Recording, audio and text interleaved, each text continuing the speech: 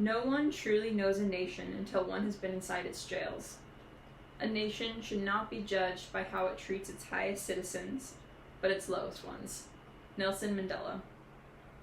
Prisons will be abolished. Prisons are buildings where people who are convicted or awaiting conviction of a crime are held for punishment. Crimes are acts or omissions which go against the laws written by the state. To be convicted is to be declared guilty of a crime by a judge or jury. My position is the affirmative. Prisons will be abolished. The prison system is broken as masses are incarcerated without help and rehabilitation. Too many are found to be innocent after wasting many years locked away, all while there are real programs that could be implemented which would allow both perpetrators and victims to heal. The United States prison system does not work in its current form. The United States makes up 5% of the world's population, but 25% of the world's prison population. There has been a 390% increase in the prison population since the late 1970s, all while a decrease in crime since the 1990s.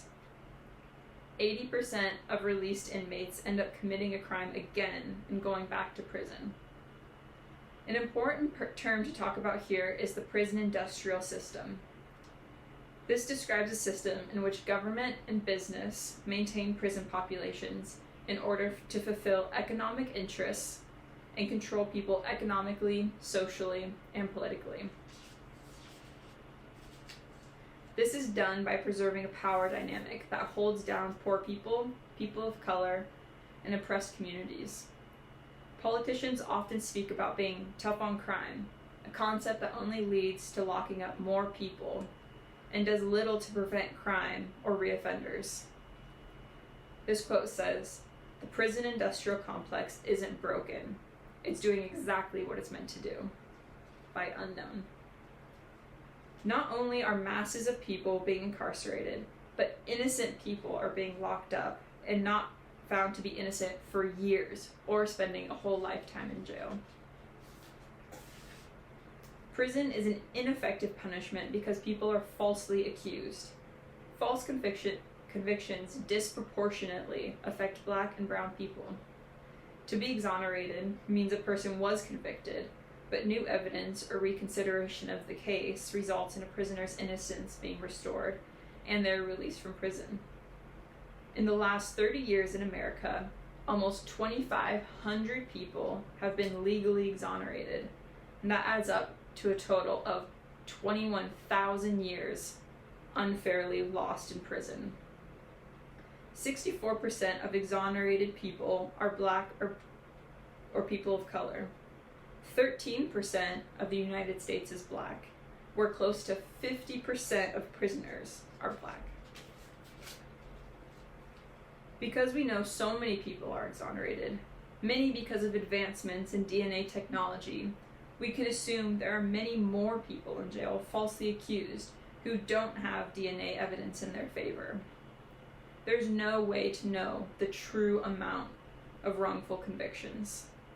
As with every aspect of the criminal justice system, Black, Indigenous, and people of color are the most unfairly affected. For example, in sexual assault cases, the majority of people who were exonerated were Black men accused of assaulting a white woman. The leading cause of accusing Black men is misidentification from white eyewitnesses, a method which is widely known to cause erroneous allegations. In other crimes, misconduct and racial bias play a role in this disparity, like tampering with evidence or witnesses. A system which puts innocent people behind bars is unjust and creates more victims, while the true perpetrator is not held accountable for the crime. But there is a way to hold true accountability for people who have committed crimes. Transformative and restorative justice are a holistic and more effective approach to keeping communities safe than the current prison system. Restorative justice is a method that focuses on rehabilitation and healing for both the victims and the perpetrator of a violent or illegal act. Using face-to-face restorative justice with a trained facilitator, researchers in the UK found 85% of victims were satisfied with the process. After using restorative justice, it was found that reoffending decreased by 14%. Transformative justice understands that there are conditions that perpetuate crime. Using group accountability, victim-offender dialogue, and community service, offenders can try to heal their damage and themselves, as well as educate other community members. This doesn't only help reconcile relationships between victims, families, and perpetrators, but also reaches beyond into the community and acts as a method of crime prevention. Using restorative and transformative justice, methods that actually work to solve the issues which crimes arise from, we can heal the communities where crime is rampant and keep families together. Our current prison system has proven itself not to work. Too few real programs exist which help prisoners live a happy and productive life after incarceration. These programs, like restorative and transformative justice, recognize that people's actions are a result of their environment and situation. Most people are not psychopath killers at birth. Most people feel remorse for their actions, and with support can take accountability. With help, instead of becoming another lifelong inmate and criminal, they can heal, rebuild their lives and their community. It is for these reasons that prisons will be abolished, and in their place, communities will build trust in one another. The mass incarceration of poor people, communities of color, immigrants, and youth proves that the current prison system is not in place to reintegrate people back into society after being held accountable, but instead to keep people under the power of government and industry.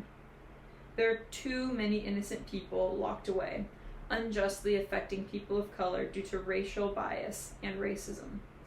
Instead of trying to mend this damaging system, we can abolish it and replace it with systems that build communities and progress America as a whole. Thank you.